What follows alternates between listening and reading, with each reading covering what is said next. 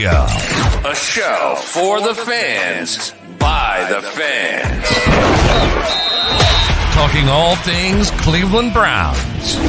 From our mic to your ears. With your hosts, Jason Hand, Mikey P, and Ian Cold Train Coldiron. Are you ready for some football? We're ready for some football, baby.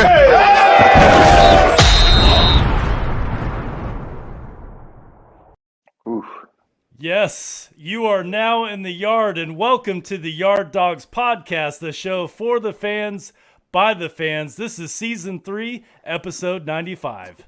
I'm your host, Jason Hand. The Dawgs Podcast is now part of Network 216. Tonight and every Tuesday night, we are streaming live exclusively on Twitch. If you couldn't catch the live show, you can also find the Dawgs Podcast on Apple Podcast, Spotify, Stitcher, or wherever you listen to your favorite podcast. While you're there, don't forget to subscribe and give us a 5-star review. If you're a Cleveland Browns fan, media member, player, or former player, and would like to be a guest on the Dawgs Podcast, hit us up on Twitter. Our DMs are always open. You can find us there at YardDogsPod. And this is important. Ian, Mikey P, you know this to be true. Please share this show because sharing the show helps more than you'll ever know. And joining me tonight, to my right and right underneath me, my co-host, my partner in crimes, the one and only Mikey P. You can find him on Twitter at MikeyP422. And our newest co-host, Ian Cold Train Coldiron. You can find him on Twitter at BrownsFan593. Gentlemen, how we doing tonight? We're doing good, man. We're coming off a win. Feeling like 1-0. 1-0, man. When's the last time we could say that, Mikey P? It was, but the last time we started a season 1-0, Twitter wasn't even a thing. So let's just leave it at that.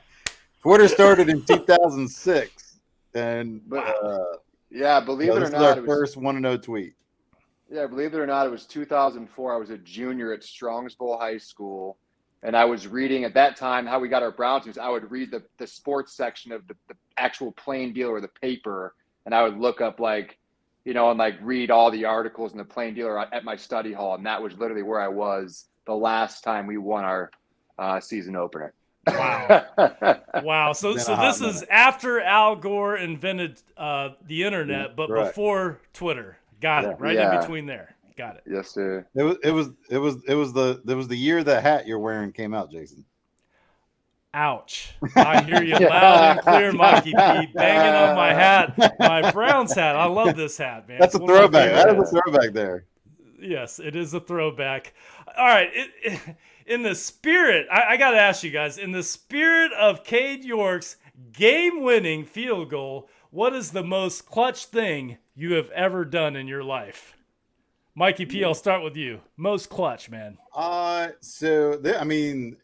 the most clutch thing takes it back to Little League. I was probably 11 years old, first year of what they would call Bronco ball, which is kind of when the pitchers you're allowed to steal bases. Pitchers are thrown to the catchers, so it's kind of the first year of that. We were on a team of all 11-year-olds. Like, we were the youngest team in the league, and we just got pummeled all year long. And last game of the year, we were 0-23, and we were playing we were the Red Sox and happened to be playing the Indians at the time, who was the number 1 team. And at the time, they had an 11-year-old kid that threw like 60-plus off the mound. Wow. So last inning, we're tied. Got a runner at third, and the guy behind me coming up is probably our best hitter. I'm one of our okay hitters as an 11-year-old, and the coach, tells him, just throw it anywhere in the zone, and this kid's gonna swing and miss. So they put their best pitcher up there, and the first pitch he throws, I yank it right over the fence, and we win the game by 2. Mikey P coming in clutch. My only walk-off hit ever. Ever. Cade York style there. Never had I like a it. walk-off before other than 11 years old Bronco ball. Coltrane, you look like a clutch guy, man. What's the most clutch thing you've ever done in your life? Well, it'd only be fitting to use a Coltrane story where I was created my nickname from flag football. But Cleveland area, go back about 5 or 6 years, about 6 years ago. My first year playing flag, had no idea what I was doing, just playing football. Usually when you have no idea what you're doing when you're playing flag, they'll just say, oh, you can rush. And one of those situations, I was like, all right, well, I can rush. I can get by some linemen. I'll try to do my best Myles Garrett impression.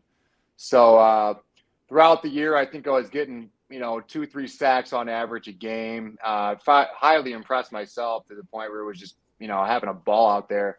But there was one game towards the end of the season in order to make the playoffs where it was just one of those barn burner games back and forth. The score was tied, numerous times. Defense was on their heels. 4th down, Coltrane lined her up, tried to give my best train impression, went for the quarterback, got the sack, 4th down, game over. That was it. Threw the flag at his face, and I said, hey, sir, that's the end of the ball game, man. I'm sorry, buddy. And that was it. That was all she wrote. Did you say, I would like to introduce you to Coltrane? Yeah, I think I whispered. I think I sweetly whispered in his ear, you just got trained, buddy. You just got trained, man. My most clutch thing is not even sports related. So in the year 1992, your boy, Jason Hand, was the all-city bag boy champion in Phoenix, Arizona. Wow. There was a competition for bag boys. There's probably, I don't know, over 100 people. And they would time you on bagging the groceries and also how they stack. And the referee would come and take a box cutter and cut the bag. And everything had to be just so. You couldn't put the bread with the milk or the eggs, Anyways, took home the trophy. Good stuff. Still got it? No, I do not. Come on. Over my many moves, I lost Come my trophy. on, bro. So now it's just a memory and a story, but that's okay. You're the bag boy forever, though. I'm the bag boy forever. And I It's think okay. about that every time I bag my own groceries. Because now that's the thing, right? When you go in the grocery store, you're bagging your own stuff. So Yeah, let's take care of a few housekeeping notes here, and we're going to bring in. We do have a guest tonight. We'll announce that in just a second. Very excited for this young lady to join the Yard Dawgs podcast. But first, if you would like to support the show and subscribe to Network 216 Twitch page, it's easy. It's $5.99 per month. It's about 20 cents per day. It can also, check this out, guys, it can be free by linking your Amazon Prime account. We're working hard to bring you Cleveland sports content, and we have more shows join the network. We like to think of ourselves as the one-stop shop for all of your Ohio sports content. So hit that subscribe button. Give us a follow on our Twitch page. Just search for Network 216 and hit the follow and subscribe button. I promise you won't be disappointed, because just like this show, there's a lot of shows in the network that work very hard to bring you excellent sports content. Mikey? And just remember, of course, we're a proud partner with Underdog Fantasy. Underdog Fantasy, of course, is the easiest play to play fantasy football. If you're like most people and love to play daily fantasy and also love to win cash, Underdog Fantasy is definitely for you. Best Ball Mania costs $25 to enter and lasts all season long. Underdog is going to match your initial deposit, of course, up to $100 by using promo code 216. So basically, if you deposit $50, that becomes $100 to play in Underdog Fantasy. Just remember, though, use code promo 216 and draft your Best Ball Mania 3 team today. And, of course, don't forget, when you're signing up for Twitch and you're going on Underdog, you got to have T-shirts and be in style, too. Yes, and Ian Coltrane Cold Iron is going to tell us all about homage. Oh, boy. I don't have that in my notes, man. Well, I will do it. The Yard Dawgs I got Podcast it. and Network 216 are proud partners with Homage, the apparel company. If you haven't tried Homage, you're missing out. Look, Guys, we all know we spend hard-earned money on sports apparel. You want it to fit right and be comfortable wearing your new threads. With Homage, I guarantee you will love the feel and love the price. I bought a new hoodie last winter. I'm wearing one now. It's awesome.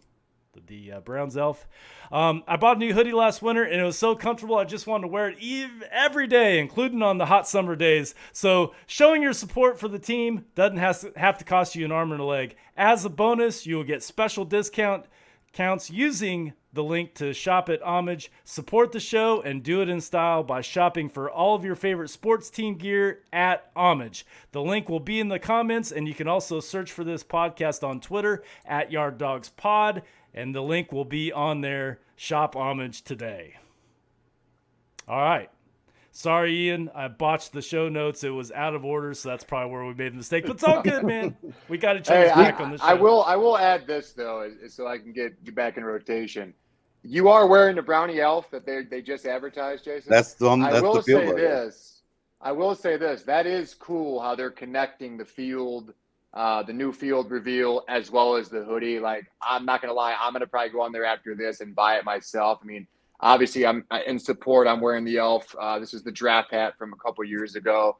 I think the whole embrace of the Elf is great. I love that Homage is released those. They were the first to release them. I'm sure there'll be people copying it from here on out or trying to invent it. But at the end of the day, Homage has it, and I really appreciate that. I think they're doing a great thing. I'll be picking one up right after the show. Absolutely. An interesting note on that logo you're wearing, Jason, and the one that's on the field. That logo was it was revealed on tickets back in 1946 against the Miami Seahawks is when that logo first came out. So I did a lot of research today about that logo. I didn't realize it was that old. I thought the one that Ian is wearing was the original one, and the one that you're actually wearing is the original one. So they went even more old school than I thought. It is sweet. And Homage, Ian, you knocked out of the park, man. They're on the cutting edge of things that are relevant. You know, they just came out with the Victory Monday shirt for the Browns. I mean, did I go on there and order it? I think I did, and it's on its way. But they came out with the Nick Chubb shirt. Awesome. Blitz. Yeah, NFL Blitz. I mean, amazing. If you have a credit card, you just go broke. You know, that site, especially for a Browns fan. You know, I know they have other stuff too, but as a Browns fan, oh my God, the possibilities and choices, you can just go down the list. They have everything. So yes. All right, gentlemen, let's get our guest on the show. She's been patiently waiting in our waiting room, the Yard Dogs Podcast waiting room. So I'm very excited to welcome our special guest of the evening. She is a huge Browns fan and is joining us tonight to help celebrate the Browns' 1-0 start. I would like to welcome Meghan Donovan. Meghan, welcome to the Yard.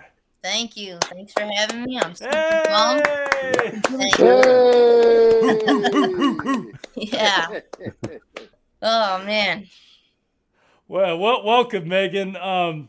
Okay, so for those listening and those watching us live, you might be wondering, Donovan, that last name sounds very familiar. Yes, her dad, Jim Donovan, the voice of the Cleveland Browns. This is her daughter, Meghan. His daughter, Meghan, excuse me. So, welcome to the show, Meghan. Thank you. Thank you very much. I want to open up with this. Sure. We've been talking about Baker Mayfield for the past 4 years. Look, Mikey's already hanging his head. Mikey, it's okay. Let me finish what I'm about to say. This is the last show that we're going to probably mention his name unless he does something out of sight fantastic. But this is the last. No? Okay, so this is the last show we're going to mention Baker Mayfield's name. But Baker Mayfield, he's been a part of our lives since 2018. Love him, hate him, root for him, can't stand him. The fact of the matter is, he was our Browns quarterback. My question, Meghan, to you is, and maybe for all of us, Yeah. How did you feel watching Baker Mayfield, number one, in a Panthers uniform? Like, to me, it was weird, but how did you feel about that? And did it seem weird to you that the Browns were playing, like, against him, trying to hurt him when for so many years in practice we'd probably, we would never do that. But how did you feel about that? Was it weird to you? Honestly, no. I was kind of hyped that he was on the other side of things. So I definitely enjoyed watching him. I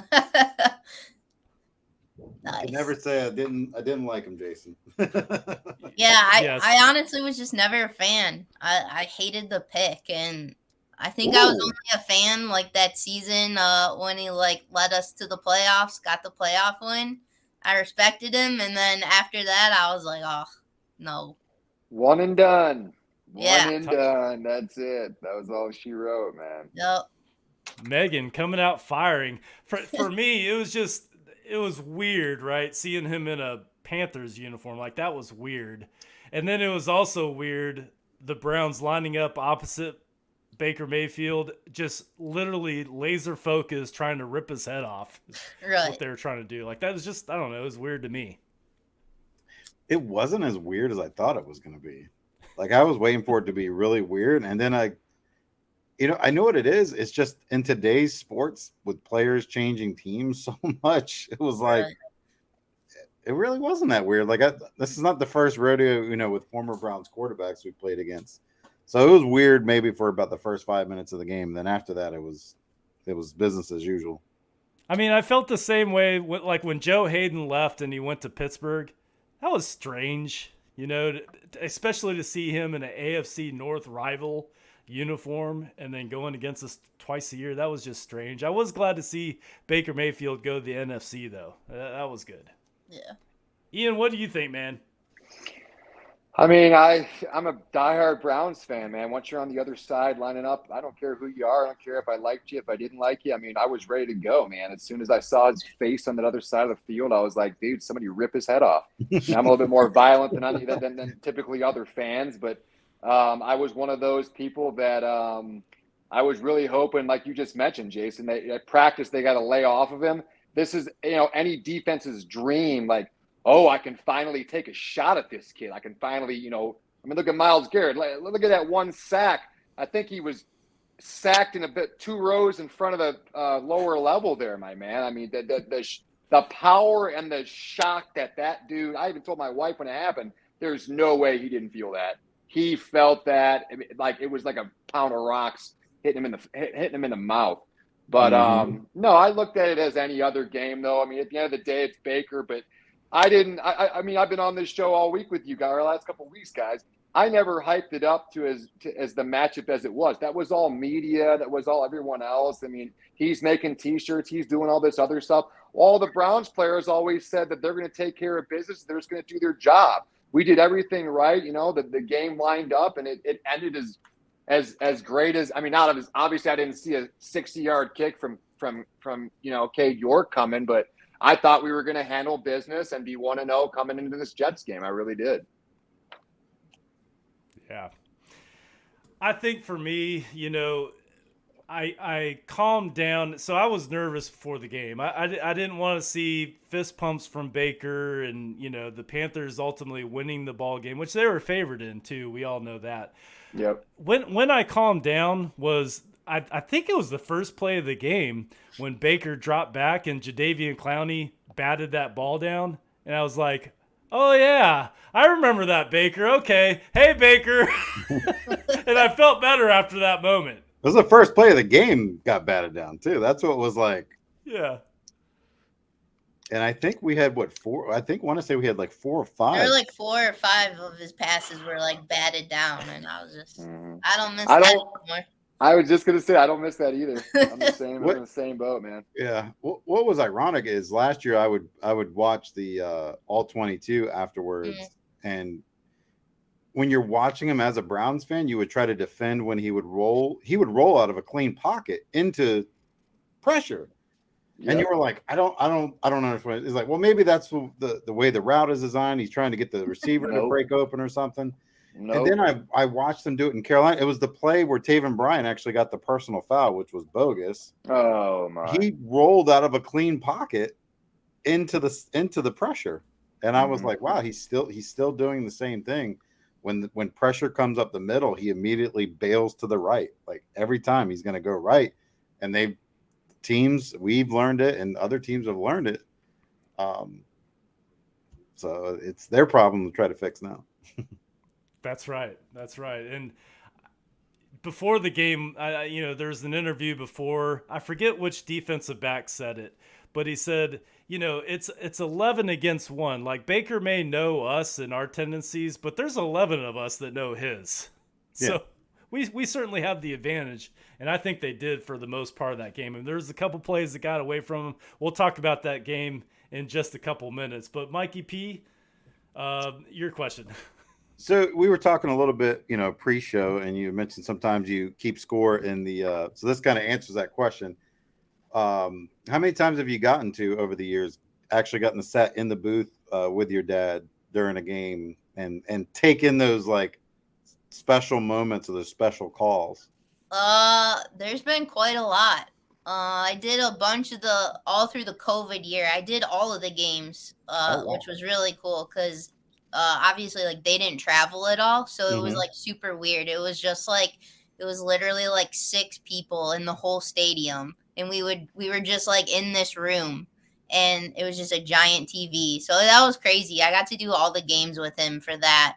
And I've seen some pretty good ones, some also really depressing ones, obviously. But yeah, I don't know. I don't know, way too many to count. I've been doing it for like 6 years now, so. Okay, awesome. Yeah, it's got to be quite the experience, especially during because for the playoff game, they were still in the room, if I'm correct, in Pittsburgh, right? They weren't traveling. Yeah, everything was like still they never traveled anywhere. So for like the Pittsburgh game and Kansas City game, we were all just like confined to this like room in the stadium. So it was wild. That was a crazy year, but that was probably one of the most like memorable seasons, I think. So he was actually calling the game, watching TV. Yeah, they basically they literally had pretty much like an all 22 view. Okay. And it was like an 80-inch TV. And then they would have like just that view, and they would have like a live feed going in, so that like the radio like could pick up crowd noise or whatever like that. But that was literally it. And we just would do stats off this TV screen. It was wild. Wow. And they're not at the road stadium. They were actually in Cleveland Stadium. Yeah, in Cleveland. So we would set up like where the TV broadcast set up, because everything had to be so spaced out, and that's probably like the biggest room. So he would be like standing at a desk, and then like Doug was like way down at another desk. It was crazy. Like the whole process was nuts. I can imagine like what would happen like if all of a sudden that TV screen goes out. there was like an IT guy like that would just sit in the room, and he would have like all the remotes, and like if it went out, I have no idea what would have happened, but they would have been screwed. But it never did. I don't think anything. Yeah, I don't think so. I don't think it ever did. So there we go. Wow. Ian? I got a question for you, Meg. Sure. So obviously I take it was inevitable that you were a Browns fan. At birth. I take it from your dad's job. So my first question to you is, say one day you walked in the house, you're like, you know what, Dad, I'm feeling the Cowboys. I'm be a Cowboys fan. How would your dad, just trying to get to understand your dad, like how would he take that if you just like, I'm going to cheer for the Cowboys guy? Yeah. I think he's pretty like chill about that stuff. He's not like, oh, come on. Like, I think he would just be like, why? Or like, what? And he just like roll with it. Yeah. I got you. Yeah. Okay. He's pretty like even keeled when stuff like that. But I don't know. Him and I are like always on the same page. It's kind of like weird. So. All right. Well, that sounds awesome. So I got a great scenario for you then. So let's say your dad doesn't work for the Browns at all. Your dad's not affiliated with the Browns, and you're just yourself. and you yourself could pick an NFL team to follow and be a fan of, what might that NFL team be? It would still be the Browns. Really? Nice. Oh yeah. I like it. Okay. I'm like, let me get a reasoning. Let me get a reasoning behind it. I'm like always just like the hometown teams. Like I grew up in Cleveland, so I gotta go with like my hometown team. So the Browns are the only team that, just from me seeing their uniforms like running out on the field, it still even today gives me chills. I don't feel like that with any other team. Like I can watch the Super Bowl and watch them running on the field. I don't get that, but with the Browns, I get that feeling. So I think it's just in us, guys, right? It is. There's only one other team that gives me those same vibes when they enter stadium. It's something about. Someone once told me, they were like, "Do you just like teams with no logos on their helmets?" Because I'm an Ohio State guy. I'm like, there's just something clean about that silver or that orange that just like makes it pure. When people are like, "Oh, they need to add a logo," I'm like, "No, like I love it. It's ours. Like there's no other team in the NFL that has just an orange helmet, and like I never want that to change. That's the one thing I've been okay with. Like when they've talked about making uniform modifications, adding alternate uniforms, I've been okay with that kind of stuff. But as long as they never touch the helmet, I'll be okay. Yeah, like the Browns uniform and helmet is the most fantastic uniform combo I've ever seen. And I know this is coming from a biased heart, but I don't care. Like, it's beautiful. It's just a work of art. Yeah, I think there's one thing just going off Browns fandom that like all of us, the only people really understand as fans of the NFL, of the Browns, is that feeling that we had this past week where literally, I even told my wife when the game was over, I was like, I feel sick. Like I feel like I've been through a literally a blender of emotion, where you're up, you're down, you're down. Browns fans over the years, I think, you build up this cardiac type kid, mentality. But I gotta tell you guys, honestly, I'm happy football's back, but that game this week, it was just like it's inside of us, man. It's in our veins. And even when, and you guys know, obviously I'm a season, if you didn't know this yet, Meg, I'm a season ticket holder. So I go to all the games myself, or as you do. And it's like something about being there when you get those jitters and that nervousness. And it's like those last 2 minutes of the game. And it's like that moment, I hate to bring this moment back up, but like, guys, 9 out of 10 times that kick's no good. And you guys know that's the truth. 9 out of 10 times, the Browns fan, we've seen this movie, we know the story, but it's like that moment this week, I'm happy football is back, but like, I'll get back into this like conversation when we talk about the Jets, but it's like, could we ever just like keep the lead and just be all right? Just, you know what I mean? Like be in the driver's seat. Is that possible? Or is that, I guess I'll approach you guys. Is that possible as the Browns fan, or are they that's just the way it is? I don't know.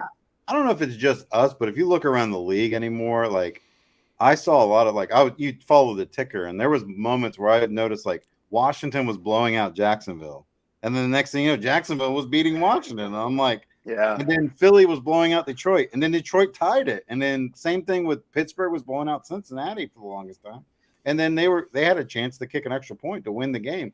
I think at the NFL, the margin of error, like when people say this team's elite and this team's not, the margin of error is so slim now. These teams are so even. Like there's a lot of things that happen that can change the game either way. Like, I mean, who would have thought Seattle would have beat Denver yesterday in that game? Nobody. Like, not me. Dang it. There's just so much little margin for error now that like these games are not over. It's not like watching a college game where a team's just going to blow somebody out by 40 points. Like these games are good and tight, and teams get leads and then they kind of relax and then teams come back. It's weird to watch, but it's fun. As a fan, it's fun. Hey, I got to ask you, Megan, because you go to the games like I do. Can you eat? Are you like me? Can you, when it's like tied or we're down, can you eat a hot dog or like food? Like I can't even eat. No. So I would propose that to you. Like, do you get like I get? Yeah, like honestly, I don't even eat before a game. I'm so nervous. Like I almost like you said, like I get like sick because I'm just like, oh, please don't ruin my Sunday. Like I don't want to go through this. So I honestly I don't eat. I just like I'm also like really superstitious. So like if things are going well, like I don't move, I don't like eat or drink. I'm just like locked in. Yeah. I mean, that's what stinks is like I can't even enjoy a halftime hot dog because usually at halftime where they're down or it's like tied for, and it shouldn't have been tied. We probably had ample opportunities to be up, but I'm in the same boat where like, you know, maybe mid third quarter and my wife would be like, hey, you know, I'm going to get a soft pretzel. You want to, and I'm like, no, I'll just wait till after the game. And then after the game, you're like, like I said, you're sick. You had that feeling where like you just got off of like a hardcore drug or something because that's what Browns fandom is. Yeah. And that's like, you know, then I'll usually eat a big meal after a win or a loss. I mean, obviously I'll cry in my spaghetti or I'll eat a pizza happily if we won, but same thing. Yeah, I concur with that, Ian, because the same thing happens with me. Like my wife says it all the time. Like she'll see me watching my daughter's volleyball game or field hockey, and I'm very like I'm mellow. I don't say anything. I'm just watching. She goes, but when you watch a Browns game, she says you're a psychotic. Yeah. Oh yeah. All right, I have one last question for you, Megan. So we feel like we know your dad. We do. We hear him every Sunday. I love his calls. He has some famous calls. What is something about your dad that you're able to share that maybe not a lot of people know about? Oh, that's tough. I would say probably like his whole like week of preparation for like a game. It's crazy. And like I like he will watch like every single game of like the opponent that we are gonna play that they've like already played for like that season. I mean, like he puts in crazy time of preparation to the point where like it's almost like he's like the radio guy for that like team because he just knows them so well. And he'll walk around the house like reenacting a game and calling a game to himself. And you're just like, wait, what? Like all of a sudden you'll hear him like screaming or something, and like I don't know, it's like second nature when I go home or something to visit. And he's like, my parents like they have a big farm, and he'll like walk the property like doing fake calls. So yeah, that is fantastic.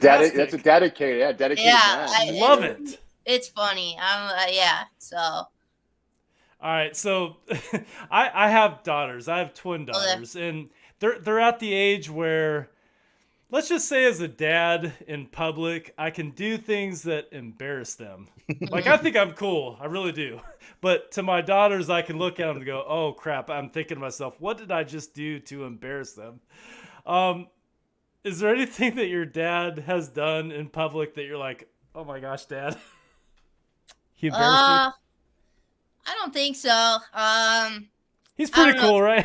Yeah, he's pretty cool. I mean, like sometimes we'll like go out. We'll all go out as like a family. It's just like to a bar or something and get food, and like he'll start singing a song, and he has like a really loud voice. But he's like one of those people that know like 2 words of a song and will just like make up words, and you're just like, what are you saying, or something like that. But I mean that would probably be the only thing. So. Yeah. Wow. So real quick before we jump in there, when you work for the team and you're doing radio like that, do they? I always wondered because I know someone that was a former player, but not for the Browns. They played for the Tampa Bay Buccaneers, and they could literally like get unlimited gear. Like if they wanted 10 sweatshirts, they took 10 sweatshirts. If they wanted 20 jackets. When you work for the team like that, do they get like gear? Like they give out hats? Does he have to wear hats or something? Requirement? It's crazy enough. Like he doesn't get too much like gear. There was like one year, it was a couple years ago, where they gave him just like a giant bag, and it was like of everything that the players got, and that was like once in a blue moon thing. He'll come home with like a few things, but I don't know. Yeah, he doesn't really get like I mean, he may if he asked for it. I'm sure they would give it, but he doesn't really it's not like he comes home with like just boxes and boxes of shirts because yeah, I never see him. So I'm amazed. I've attended these Browns, like they call them locker room sales, where it's basically like raising money for the Browns Foundation. So they sell stuff really cheap, and it's all like the stuff that players didn't take or they didn't. They're moving it out for the next season's merchandise, and it's like thousands upon thousands of hats and shirts, and it's just wild how much stuff they actually have. It was crazy. I mean, like, yeah, that one bag he got, it was just like 4 of every shirt. So I think like we still have stuff left over. So I mean, it's nuts to me how much gear they go through. Well, your dad has the coolest job on the planet, and he's really, really good at it. And you should be proud, and I'm sure you are proud of your dad. Yeah. And we hope you can hang on with us for just a little while longer, because this has been awesome so far. Before we get into the Browns-Panthers recap, real quick, we've already talked about it a little bit, but Megan, I'll start with you. How do you feel? I mean, we saw the picture, the photo of the Browns field, and we see the elf in the center. So obviously that's going to be on the field this week. What are your thoughts? How do you like that? I mean, are you excited about it? I absolutely love it. I actually have the brownie elf tattoo. I have a tattoo of it on my ankle. What? And then on my other ankle, I have the Browns like helmet stripe. So, yeah. What? Nice. Yep. Dedication fan, man. I love to see that. Yeah. So I'm a huge fan of the elf. I'm glad they're bringing it back. So. Wow, you have it tattooed on your ankle. That is awesome. Yep, I got matching tattoos. So one is the stripe, the orange, brown, and white stripe, and then the other is just the brownie elf. So. I love the elf. I'm dedicated. Wow. See, going back to your question, Ian, about another team, I mean, that kind of answers it right there, right? I mean, she is a Browns fan, has it tattooed. I love it. Once you get the tat, you get that's pretty much for life. Yeah, that's serious business there. Ian, how do you feel about that brownie elf, man? 50-yard line.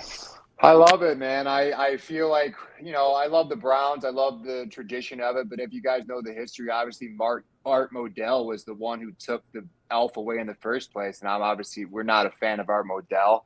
But I love the fact that the mascot's coming back. I love the old school. I mean, I bought this draft. I actually thought these were one of the best draft hats they came out with, because it brought back the elf. But I love it, man. I mean, I'm going to be enjoying it, when I go to the home games this year. Can't wait to see it Sunday.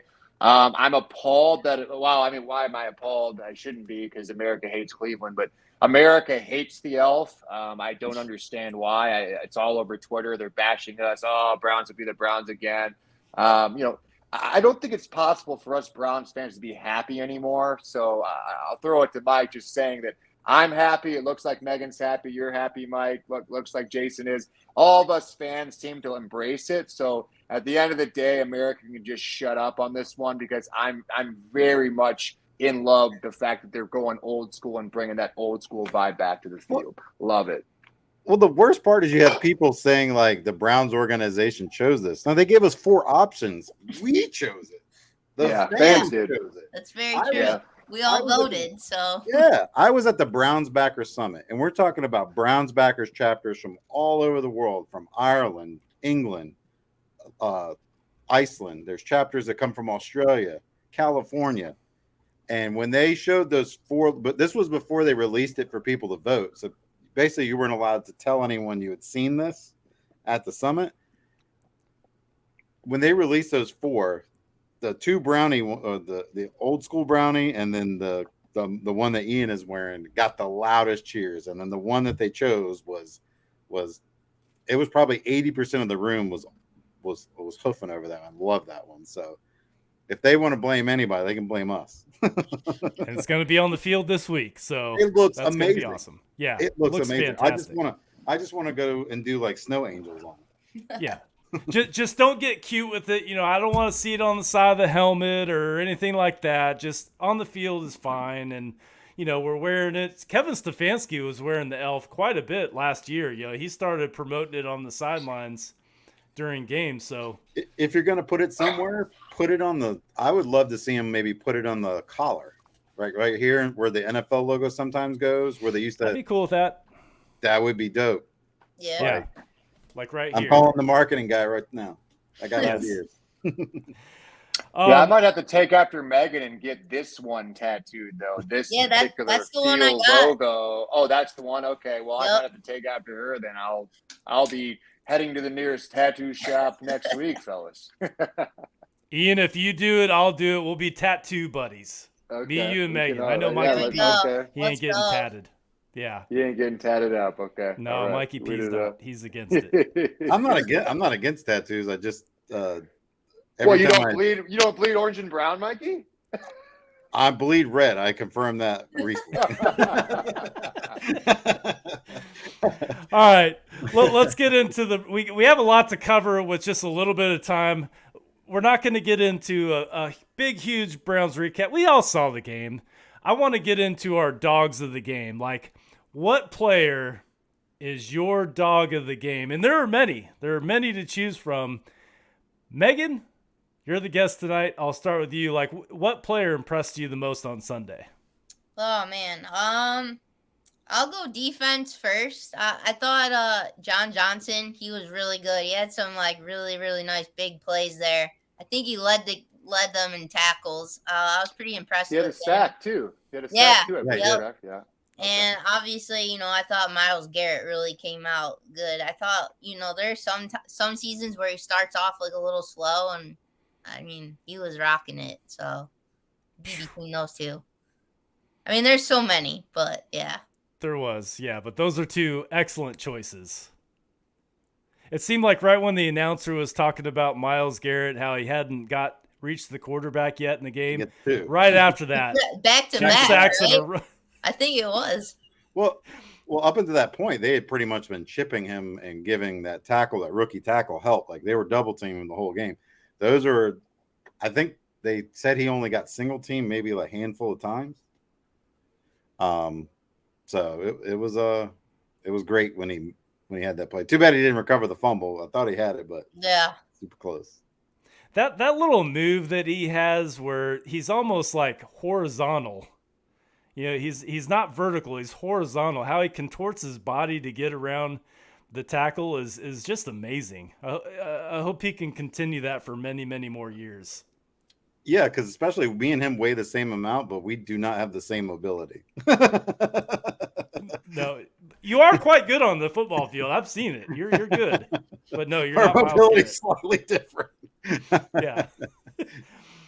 Mikey P, who's your dogs of the game? My dogs of the game is gonna go to Taven Bryan. Two guys. I'm gonna give it to Taven Bryan and Jordan Elliott.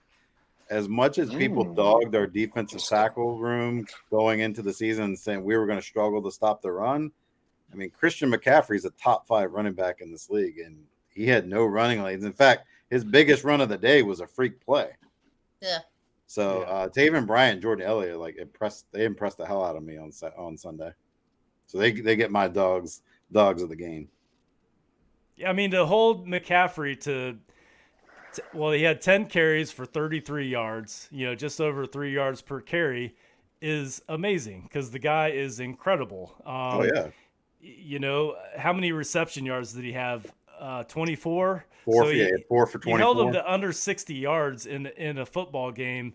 A football game that he was probably very excited. He was very pumped. He's coming off an injury himself. So to be able to do that, you're right, Mikey P. Kudos. They really plugged up that hole, man. There was nothing for him. So I'm going to move to Coltrane. Who is your train of the game? I'm going to do something new this week, guys. I'm getting excited with the whole Coltrane gimmick. So I want to do a train of the week. I'll be doing anything, whether it's a play that somebody just got trucked, whether it's an offensive player, defensive players, whatever they're doing, that's, I guess, gets my Coltrane, the Coltrane approval, if you will. So on offense, I'm going to go 2-7, Kareem Hunt, train of the week. He was literally training people, bulldozing people. I love that 1-2 punch. That's what we were talking about before with all that trade talk, man. I was crying my eyes out. Because nothing beats that 1-2. I love Nick Chubb. Who doesn't love Nick Chubb? But when the defense is tired off of trying to tackle Nick Chubb, here comes fresh Kareem Hunt. Stiff arm, get out of my way. I mean, that TD he had, Wyatt Teller pancaked 2 dudes. I don't know if you guys know that, though. He actually paved the way for Hunt. But that was just, I mean, even I was watching on TV like, oh, my God, he's wide open. There's no one there. No one's even in his vicinity. And on defense, obviously, I will fishtail a little bit what Meghan was saying. Myles Garrett, 2 back-to-back sacks when we needed it the most. I will say this about Myles. I've been one of those harsh fans that I always say, all right, Myles, you want to be defensive player of the year? You want to be defensive, you want to be like a TJ Watt? Then make game-changing plays. Myles is good for a 3-sack game against Justin Fields, stuff like that, statistic-wise. But Myles, for me as a fan, I've always wanted Myles, and maybe that's a little bit greedy of me. I've always wanted him to do more. This was a game where he had to come in, be who he was. He made back-to-back sacks on that drive, completely changed the outcome. Not only that, they're doubling him, they're changing the outcome of the game. But Myles finally made it for me as a fan to truly appreciate for him who he is, and I fully support this Defensive Player of the Year run because that was Defensive Player of the Year plays. And that's what I've always wanted to see Myles do. And now he's like, it's almost like this year, it's like a different Myles. And I'm happy that he's finally like paying dividends for like the fans that just wanted him to be clutch. Now he's becoming clutch. And that's what we need to see because that's what the Steelers see every week with TJ Watt. So like we want to see the same with Myles Garrett every week, week in, week out. So, but that's my 2 train of the week right here. I love it. My 2 dogs, number 1 is Nick Chubb. He just continues to impress. Ian, you had mentioned, the 1-2 punch with Kareem Hunt and Nick Chubb. We've been waiting a long time to see both of those guys on the field at the same time, and we saw that this game, and man, it was special. Nick Chubb, I can't say enough about him. He had 22 carries, 141 yards, just incredible. I mean, he really kept those chains moving. We held time of possession. I think we had the ball for 38 minutes versus 20-something minutes for Carolina. I mean, that's huge, and a big reason for that is Nick Chubb and Kareem Hunt. So my first guy is going to be Nick Chubb. The second guy, Jacoby Brissett. Jacoby, was he like lights out? No. I mean, he didn't look like an Aaron Rodgers or a Tom Brady. There's no question about that. But he didn't make the critical mistakes either. A minute and 13 left, no timeouts. Most Browns fans, including myself, thought, oh no, here we go again. The Browns are going to lose this game. I'll admit it. I had doubt creep in my head. Jacoby Brissett did what he had to do, took us down the field to even set up a field goal for Cade York, a 58-yarder. Just an incredible finish, but Jacoby Brissett, he has his shot, and I'm rooting for the guy, not only selfishly for the Browns. I want to have a good record as we enter into the era of Deshaun Watson, but I'm rooting for him to turn the page and actually he can be a starting quarterback in this league, and he's got a shot with us, right? He's going to have 10 more games with the Cleveland Browns, so I'm all about it. I thought it was a good start. Obviously, he had some rust to knock off. He wasn't going to be, in midseason form. Let's be honest. He had part of one preseason game to play. So this week against the Jets, I expect him to be a lot better, and I just want to see those improvements each and every week. But I thought he had a good start for week 1 against Carolina.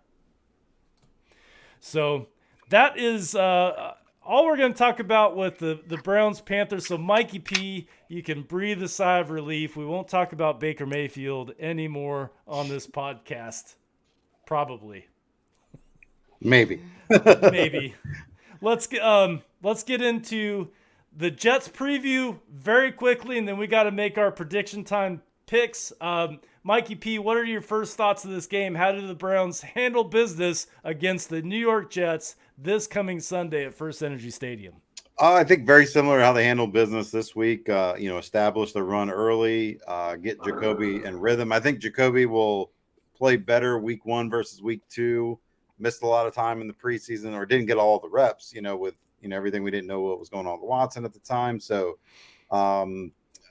you're going against, I think the Jets are definitely a worse defense that we're going against than what the Panthers presented. But definitely you're going to want to establish the run early, get Jacoby in rhythm. There was opportunities for him to hit some of the open receivers. So that's what I'd like to see, and then move the ball a little bit more. And once again, like the same formula, man, like teams that normally dominate time of possession win the games in the NFL. So I'd like to see that trend continue and, limit. It's not the same Joe Flacco we're going to be playing for sure. Like he hasn't been that same player in a while. So limit their opportunities and don't give the Jets, any success early. Like keep them frustrated, because last week I think they threw the ball 50 times, 60 times. I think they ever had 59 attempts. Was what Peyton Manning said last night. 59 attempts last week, and that's not a recipe ridiculous in the NFL. So. I know that wasn't the game plan going into that. No, game. So no, definitely I'd like to see us continue the trend that we have for last week and dominate time of possession and get a couple turnovers this week. Megan, we are seeing a quarterback that we used to see, Joe Flacco. He used to give it to us, right? Let's just be honest. He, when he was with the Ravens, more times than not, they just had our number. But as Mikey P pointed out, this is not the same Joe Flacco. In your opinion, what is going to be the key to the Browns' success to make sure they handle business and not stumble against the New York Jets? Yeah, again, I just think they got to start off quick again, put points on the board fast, just run the ball. I'd like our defense to kind of just play a complete game. I feel like sometimes they get a little lax in like that fourth quarter where they get comfortable with that lead, and that's just like Joe Flacco could kill you on one big play, kind of like that Baker play where he hit him for like that 70-yard touchdown, and there you go. It's like a one-score game. So I just hope the defense can just keep it contained and play throughout the whole game. Well said. Yeah. I mean, the big plays can hurt you. I don't know about you guys, but on Sunday, I was feeling pretty comfortable until, I'm not going to say his name, Mikey P, but until Robbie Anderson caught that 68-yard touchdown. And then all of a sudden, like Megan said, it's like, oh my goodness, we've got a game. This quarterback has shown up to play. Here we go. Let's not see that this Sunday. Is that what we're all saying? We don't want to see anything like that. We don't want to see Joe Flacco like reinvent his career against the Browns. No. Well, I mean, as fans too, we've been down this road before, guys. Everyone's going to come you'll be there this week, Megan, I'm sure. Everyone's going to come Sunday, fired up, hyped up, baby. Oh, it's Flacco. Easy win, baby. You saw how bad he looked. It's a trap game, man. We have to go in like you guys are saying. Don't be complacent. Run strong defense, like Megan's saying. Play a full, complete game. No holes, nothing here and there. Go into this game like they are preaching as Stefanski preached, one game at a time. Treat the Jets as if Tom Brady and Tampa Bay is coming in. Don't treat it like anything less, especially even us fans. Don't go into that stadium, oh, this is a wash. I don't know if I've ever thought that in my life, but I know some fans do. This is an easy win. Just Lions game last year was one of them. Yeah, I need everybody to – this is one of those games, guys. We could kick their butts, or it's going to be like 24-7. It's going to be third quarter, and me and Megan are going to be eating hot dogs. We're going to be sick to our stomachs going, it's exactly what we were talking about the podcast, guys. We got complacent. So I'm just saying, guys, be careful. That's all I'm saying. Browns, be wary of these types of games. You just mentioned it. Flacco can, throw a few bombs here and there and keep the game close. And their defense is not piss poor. Let's be honest. It's not, the worst team in the league. So they're going to play us they're going to come to our house just as much as we want to kick their butt. So any given Sunday, y'all. So just be careful. Well, now that you said predictions, let's go ahead and get into our prediction time. Megan, I'd like you to join in on with us for this. Okay. We have a year-long bet. All right, between Mikey P, myself, and Coltrane here. We're going to do Browns weekly predictions, the rest of the AFC North weekly predictions, and the winner gets a Yard Dawgs Podcast trophy for the mantle. You know, it's bragging rights. When people come over and they go, "What's that?" and you say, "Let me tell you what that is. Come over here. Let me tell you a little story." And they're still gonna say, "What's that?" Yeah, exactly. And then, then you can introduce them and say, Yard Dawgs, blah blah blah. Okay. Yeah. So, anyways, first place finisher gets that. Last place finisher gets a punishment, and the punishment is either A, the one chip challenge. Megan, have you heard of that? I have. It's very hot. I've done it one time. Let's just put it this way. I am not coming in last. Okay. All right. So you either get that or B, and audience, we have some comments rolling in. KF Christian is in the house. KAP Zaddy 25, great guest this week. Megan saying great guest this week. So we have some audience. We have some comments rolling in. You can either do the one chip challenge or B, we're going to take all the comments, suggestions for what the punishment should be throughout the year, and we're going to vote on the top 5, and those top 5 punishments from the audience are going to go on the wheel of destiny. So the loser will have to spin that wheel, and whatever punishment comes up, that's the punishment. So last week was the first week. And Mikey, it's tied. So all 3 of us have 2 points. You get 1 point for each correct prediction, and 3 points earned on a predicted exact score. So we're going to do what is your prediction and what is the score that you think that's going to happen in that game. So let's go ahead and start. The Dolphins are at Ravens. So the Ravens are at home this week. The Ravens are 3.5-point favorites in this game. Megan, who do you think is going to win this game, and what is your score prediction? I'll go with Ravens. Okay. I'll go let's see. I'll go 21-10. 21-10 Ravens. So the Ravens are going to handle the Dolphins handedly. Yeah. According to Megan. All right. And Coltrane, let's move on to you. Ravens 14, Dolphins 28. Ooh. I don't like the Ravens, man. I'm not I'm letting my heart get to me here, guys. It's probably gonna hurt me. I might be eating that hot chip, but I will not put the Ravens as a winner here, guys. Sorry. Okay. So Ian's got the Dolphins winning this game. I like that they're coach. A dog. I'm feeling that coach, man. I am. Mikey P? I'm going to go Dolphins late 15-13. It's a defensive battle. 15-13 Dolphins. Justin Tucker is going to kick 5 field goals. Yep. Wow. All right. And this might surprise you guys. I also have the Dolphins winning this game 24-21. Okay. So, Megan, you have the Ravens winning, and all 3 of us have the Dolphins. No, I have the Ravens. I got the Ravens winning. Oh, you have the Ravens. I'm sorry. Yeah. Oh. Okay. Justin Tucker's going to kick 5 field goals. Okay. Mikey P has the Ravens. Historically in the series, the Ravens have dominated the Dolphins. All right, moving on. We got like 3 more minutes. Patriots at Steelers. Patriots are favored by 1.5 points.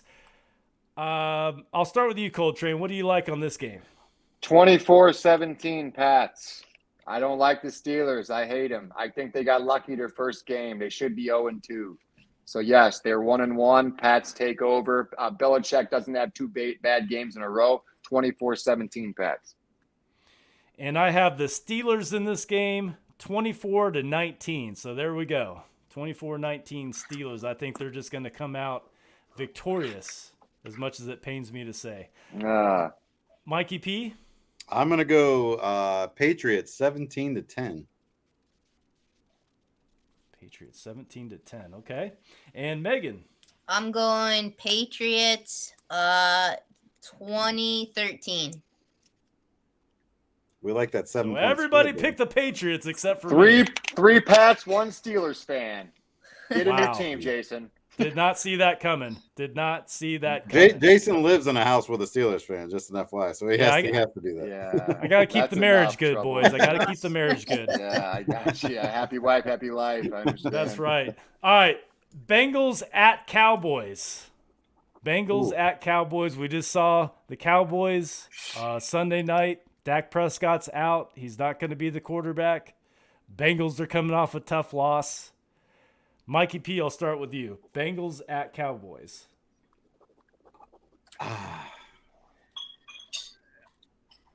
I just think the Bengals have too much firepower for Dallas. I think Dallas is struggling on the wide receiver end.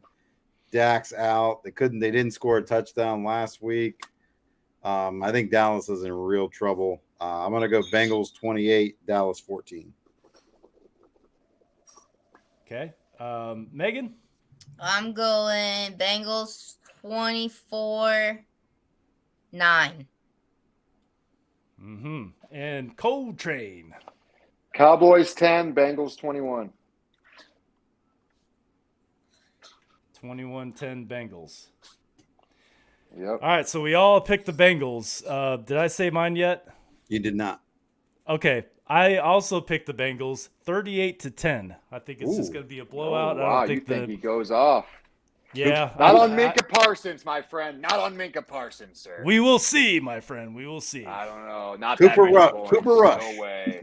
Cooper Rush time. Cooper Rush. Yeah.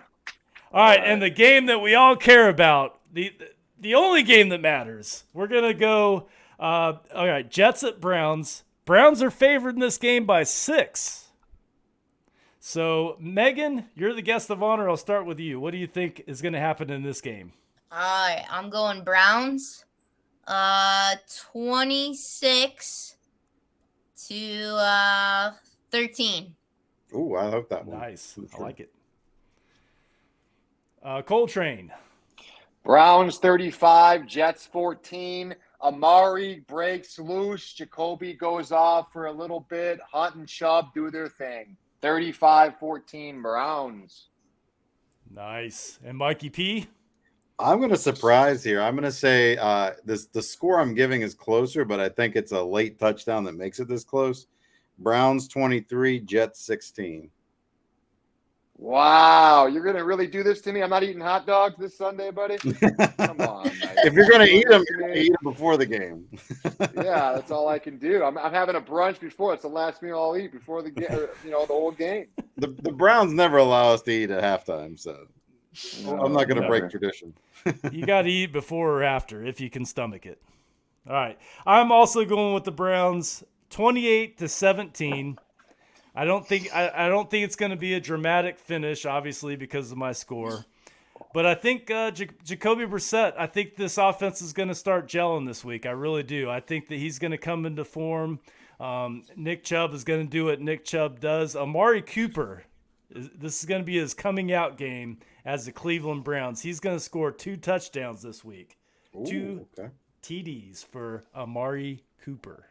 Okay. He'll be going up against a rookie a lot this week in Sauce Gardner. I love it. I love it. Well, this is the time of our show. We like to give our guests a chance to give themselves a plug. Where can we find you on social media, Megan? Oh, yeah. Hit me up on Twitter. Megan D44. Megan D44. Well, thank you so much for joining this show. It's been an absolute pleasure. We can't wait to hear your dad. We hope that his face turns red throughout the game and he's screaming with joy as the Browns. Jumping up and down. Jumping up and down. Is Nathan Segura going to join him again this week in the box? Yeah, of course. Awesome. Hey, real quick. My fantasy team is actually called Chubba Hubba Hubba. That's awesome. In respect of your father. That's a good call right there. I want to throw that out there. Yeah. Well, before I go, what is your all-time favorite call that your dad has made? It's probably the Run, William, Run. Oh, yeah. Yep. Yeah. Gotta be the original one. That one. The only one that made me cry was when we beat the Steelers in the playoffs. Yep. And he said the only thing that's missing is you. It's all of you. Yeah. Oh, man. I cried like a baby when he said that. So, yeah. oh, just an amazing man. You're lucky to have a father like that, and we enjoy the hell out of him. So, well, thank you. Thank you for coming on the Yard Dawgs Podcast. A lot of fun. Yes, it was a lot of fun. Maybe we could do this again soon. Absolutely. Yeah, friend of the show, Megan. Friend there of the we show go. now, so yes, invites are always open. So okay. And we will, all three of us, Mikey P, myself, and Coltrane, will be in Cleveland. Oh, Coltrane, you're at every home game, but Mikey P and myself will be there for the Patriots game in October. So we're definitely excited about that. All right. Well, I like to end all of our podcasts with the Go Browns, and we got to end it because the Barking Brown Show is coming on next on Network 216. They're about to get started any minute. So let's end this with the Go Browns. Megan, Coltrane, Mikey P, if you'll join me on the count of 3. 1, 2, 3. Go Browns!